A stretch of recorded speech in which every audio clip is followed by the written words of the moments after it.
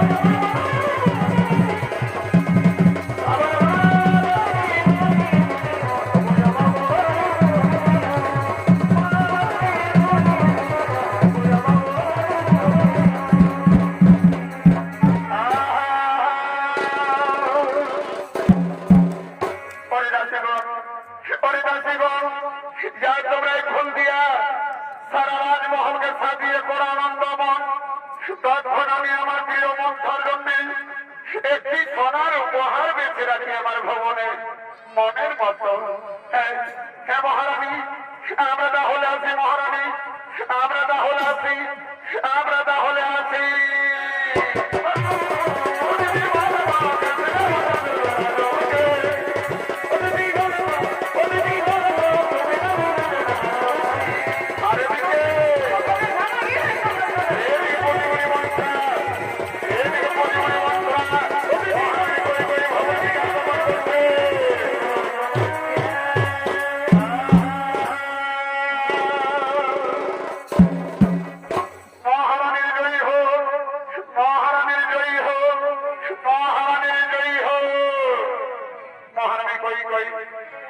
মহারানী কই কই, তুমি শুনতে পাচ্ছ মহারানী? আজ অযোধ্যা নগরে কত নানা রঙের বাজ বাজনা বাজছে, কত আনন্দ উৎসব হচ্ছে। হেরে মন্ত্রা, হেরে মন্ত্রা, আমি শুনতে পাচ্ছি। তাই তো আনন্দের দিনে তোমার লাগি আমি একটি সোনার উপহার বেঁচে রাখেছি।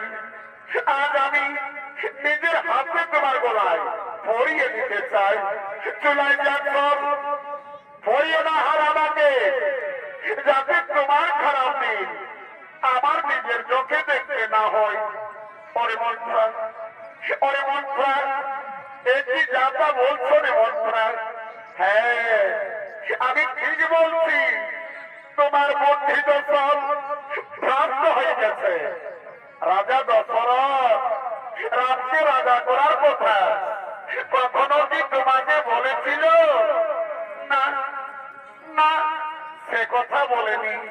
হ্যাঁ, এই জন্যই তো রাজা দশরথ কতদিন থেকে ষড়যন্ত্র করে রেখেছে। রাম যদি রাজা হয় তবে তোমার ছেলে ভরত হবে রামের দাস, আর তুমি হবে কৌশল্যার দাসী। তোমাকে দিয়ে তোমার সতীনের পা ধোয়াবে।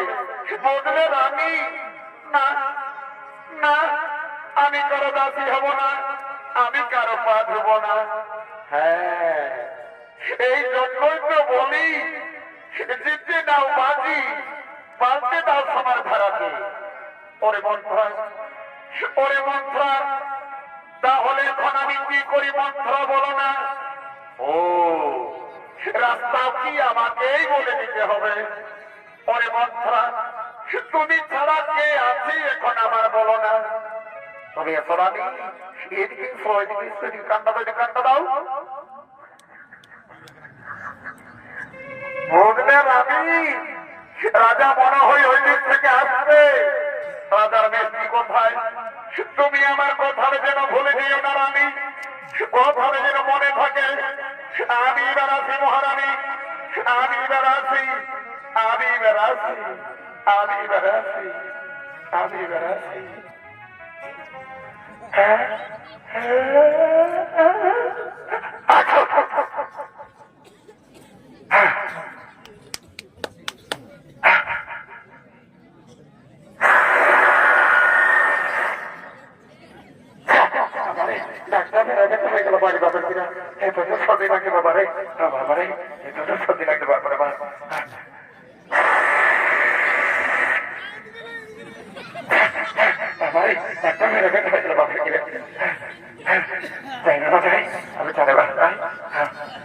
এবার আমি আছি মহারানী, এবার আমি আছি, এবার আমি আছি।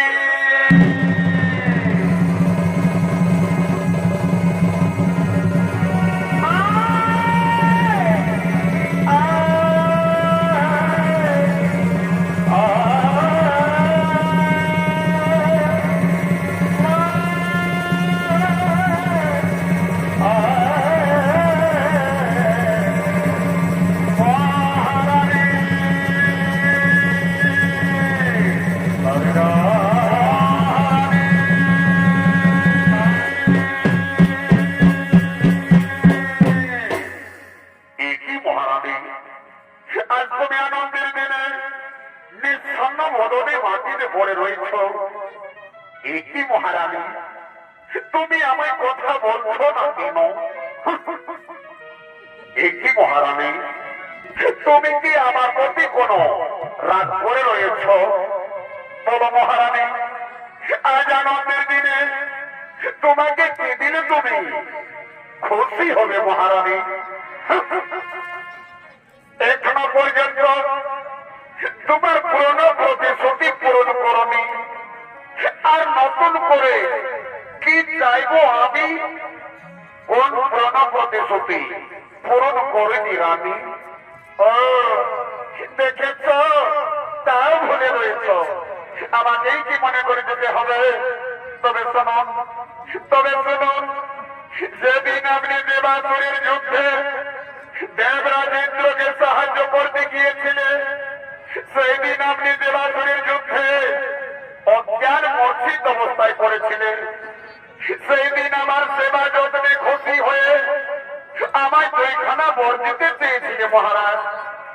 আজ আমার সেই দুইখানা বরের খুবই প্রয়োজন হয়েছে। হে মহারানী, হে মহারানী, বড় সেই তোমার দুইখানা বর কি কি চাও? আমি রামের শপথ করে বলছি, তুমি যা চাইবে আমি এই মুহূর্তে দেব। আচ্ছা, আগে এটা চাইবো না ওটা চাইবো? যা ইচ্ছে যেটা চাইতে পারো। আচ্ছা, আপনি বলুন। এটা এ বলে বলছে, রামের জায়গায় আমার পুত্র ভরতের হোক এই অযোধ্যা নগরে তার রাজ্যাভিষেক। আর একবারে বলছে, আজ থেকে কৌশল্যা পুত্র রামের মুনি ভেসে 14 বৎসর বনবাস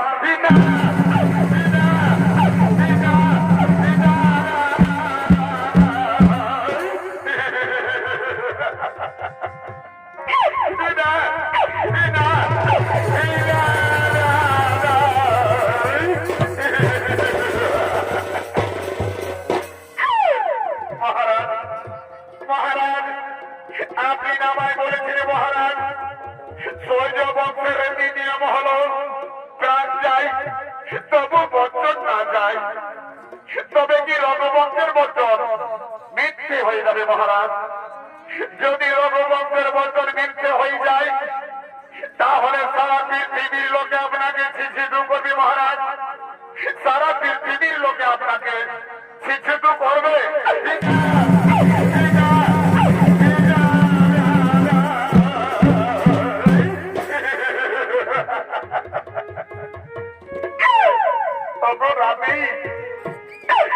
তুমি তোমার পুত্র ভরতকে অযোধ্যা নগরে রাজা করবে, আমি মেনে নিলাম। কিন্তু তুমি রাজকে বনবাসে পাঠিও না রানী। তোমার দ্বিতীয় বছর তুমি ফিরিয়ে নাও। মাছ যেমন জল বিনা বাঁচতে পারে না,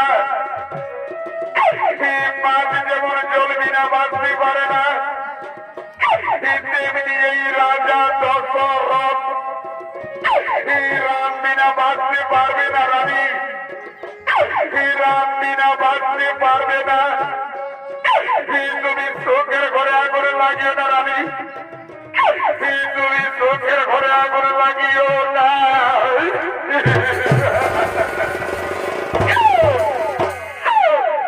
এই চোখের ঘরে